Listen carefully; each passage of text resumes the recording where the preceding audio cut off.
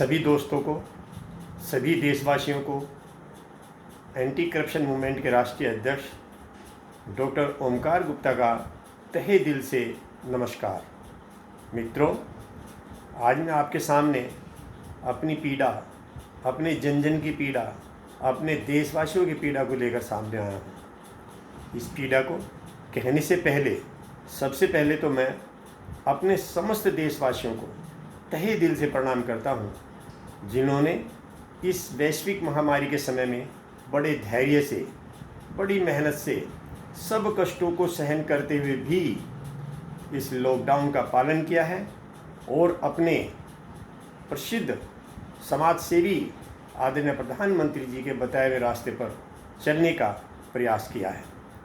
दोस्तों, मुझे इस बात का पूरा गर्व है, बहुत गर्व है, यह कहते हुए कि मैं सबसे पहले भारतीय हूँ, बाद में मेरा मजहब है, बाद में मेरा धर्म है और बाद में मेरी जाति है।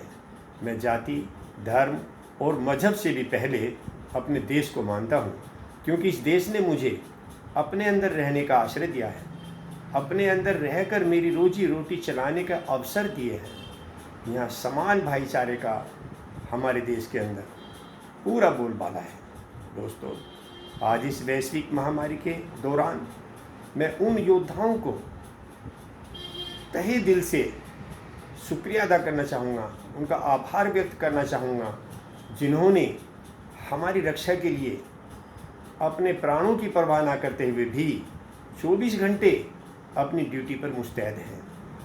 उनमें चाहे पुलिसकर्मी हो, चाहे सीआरपीएफ के जवान हो, चाहे बीएसएफ के जवान हो, चाहे पीएसी के जवान हो, जहाँ तक इन जवानों की बात है, इन जवानों ने ये नहीं सोचा कि ये कोरोना छूत की बीमारी है, ये तुम्हें भी लग सकती है, लेकिन इन्होंने हमें बचाने के लिए, हमें सुरक्षित रखने के लिए अपना घर परिवार, उनकी चिंता बिल्कुल छोड़ दी है और इन्होंने हमें ही अपना परिवार माना है, हमें ही अपना घर बार का माना है। इसलिए मैं इन पुलिस के जवानों को, सुरक्षा में लगे हुए जवानों को तहे दिल से शुक्रिया अदा करता हूँ। दोस्तों, मैं उन चिकित्सकों का, उन डॉक्टर्स का, उन नर्सिस का और उन पैरामेडिकल्स के कर्मचारियों का, सफाई कर्मचारियों का भी तहे दिल से आभार व्यक्त करता हूँ, जो इस बीमारी की परवाह किए बिना हमारी सेवा में, हमें बचाने में जी जान से जुटे हुए हैं। दोस्तों, मैं उनको भी प्रणाम करता हूँ, नमस्कार करता हूँ, जो अपने घर में रहकर सोशल डिस्टेंसिंग का पालन कर रहे हैं, लॉकडाउन के नियमों का पालन कर रहे हैं। मैं इनको भी कोरोना का योद्धा मानता हूँ और क्योंकि ये इस बीमारी को कम करने के लिए अपने घरों में रह रहे हैं, अपने घरों में एक तरह से कैद की ज़िंदगी व्यतीत कर रहे हैं, ऐसे योद्धाओं को भी मैं तहे दिल से नमस्कार करता हूँ, उनके आगे नमन होता है। अब बात आई दोस्तों, इस वैश्विक महामारी में लॉकडाउन के चलते हमारी अर्थव्यवस्था की, ये तो सबको मालूम है कि अर्थव्यवस्था बिल्कुल नष्ट सी हो चुकी है। फिर भी हमें घबराना नहीं, हमें हिम्मत नहीं हारनी, क्योंकि कोई भी परेशानी जब मनुष्य पर आती है तो वो कुछ ना कुछ सीख दे के जाती है। हमें इस बीमारी से, हमें इस महामारी से एक सीख मिलती है कि आओ मिलकर पुनः इस धरा का पुनः निर्माण करें। क्यों? क्योंकि कर्मवीर पुरुष कभी ये नहीं सोचते कि कल क्या होगा, वो सोचता है कि कल हमें विजय हासिल करनी है और इस विजय के मंत्र को लेकर हम सबको आगे बढ़ना है। हम सबको मिलजुल कर अपनी देश की अर्थव्यवस्था को पटरी पे लाना है। हमें ये नहीं सोचना कि दूसरे व्यक्ति क्या कह रहा है। दोस्तों, याद रखो, विपक्ष चाहे राजनीति में हो, चाहे घर में हो, चाहे समाज में हो, वो तुम्हारे हर कार्य की बुराई करेगा, वो आपके हर कार्य की बुराई करेगा, चाहे वो अच्छा ही क्यों ना हो, क्योंकि अगर उसने आपके कार्य की बड़ाई कर दी तो फिर वो विपक्ष नहीं होता, उसका वजूद ख़त्म हो जाता है। अपने वजूद को बचाने के लिए विपक्ष निश्चित रूप से आपके हर कार्य की बुराई करेगा। और एक अच्छा योद्धा, एक अच्छा राजनीतिक वही होता है जो सबकी सुने और करे अपने देश की भलाई की। जो उसके देश की भलाई हो वही वो कार्य करे। ऐसी स्थिति में मैं अपने देश की समस्त, चाहे वो राजनयिक हों, चाहे वो पॉलिटिकल हों, और चाहे वो सरकारी अफसर हों, चाहे वे प्राइवेट नौकरी वाले हों, और चाहे हमारी ये जनता हो, मैं सबको तहे दिल से इनका आभार व्यक्त करता हूँ और आशा करता हूँ कि हम अपनी पीड़ा को दूसरे की पीड़ा और दूसरी की पीड़ा को अपनी पीड़ा महसूस करेंगे। आज हम चाहे किराए पर रह रहे हों, चाहे हम अपने बच्चों को ना पढ़ा पा रहे हों, चाहे हमारा नौकरी का काम हो, दोस्तों ये सब जग जाहिर है कि हमारे रोज़गार, हमारे काम धंधे, हमारी नौकरी सब लगभग छूट सी गई है।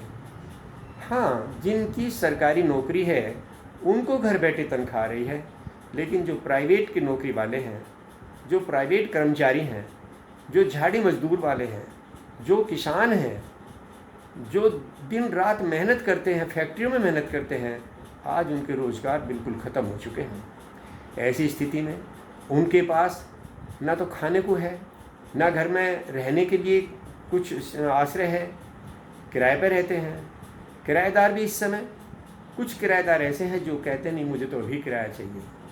दोस्तों, मैं ऐसे किराए मकान मालिकों से अनुरोध करूँगा, ऐसे फैक्ट्री मालिकों से अनुरोध करूँगा, ऐसे सेवा योजकों से अनुरोध करूँगा कि वह अपने कर्मचारियों का, अपने घर में रहने वाले मातहतों का थोड़ा ध्यान रखें, और यदि उनके पास अब पैसा नहीं है तो उनसे अभी पैसा ना मांगें। लेकिन मैं उनसे भी अनुरोध करूँगा जिन्हें देना है कि वो भी ये सोच के चलें कि हमें किसी का पैसा मारना नहीं है, हमें किसी का पैसा मार के अमीर नहीं होना है, बल्कि हमें जिनका जो पैसा बनता है वो पैसा हम हाथ जोड़ कर देंगे, भले ही इसके लिए थोड़ा वक्त लग जाए। दोस्तों, यदि हमारे मन में ये भावना रहेगी कि हम, चाहे वो फीस का पैसा हो, चाहे दुकानदार का पैसा हो, चाहे किराए का पैसा हो, चाहे किसी का उधार का लिया पैसा हो, हम हाथ जोड़ कर देंगे, ऐसी भावना अगर हमारी रहेगी तो याद रखना, निश्चित रूप से आप उसका वो पेमेंट भी कर पाने में सफल होंगे।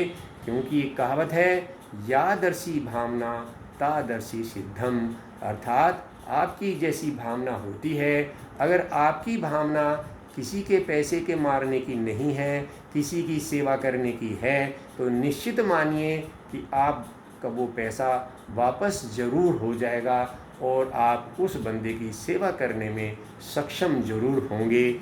मैं इन्हीं उम्मीदों के साथ आप सब से प्रार्थना करूंगा कि आप ऐसी विषम परिस्थिति में जो इस समय चल रही है, सब मिलजुल कर एक दूसरे का हाथ थाम कर आगे बढ़ें, एक दूसरे को सहारा देते हुए आगे बढ़ें, लॉकडाउन के नियमों का पालन करें। मैं पुनः गुजारिश करूंगा कि ये जो बीमारी है, ना किसी की जाति देखती है, ना किसी का धर्म देखती है, ना अमीरी देखती है और ना गरीबी देखती है। दोस्तों, ये बीमारी छूत की बीमारी है, कब किसको लग जाए ये किसी को भी अंदेशा नहीं होता।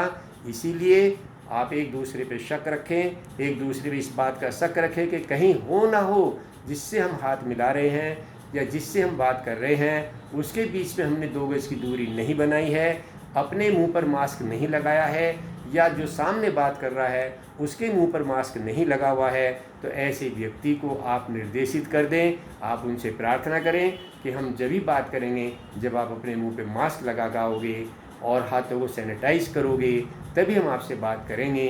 इन्हीं शब्दों के साथ मैं आपसे पुनः अपील करता हूँ कि ये बीमारी ज़्यादा दिन नहीं रहेगी।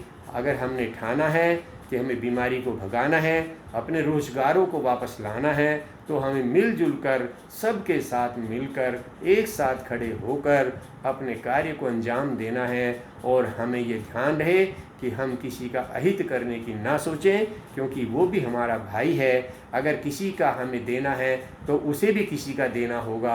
इसीलिए किसी के भी पैसे की मारने की बात ना सोचें, किसी का भी अहित करने की ना सोचें।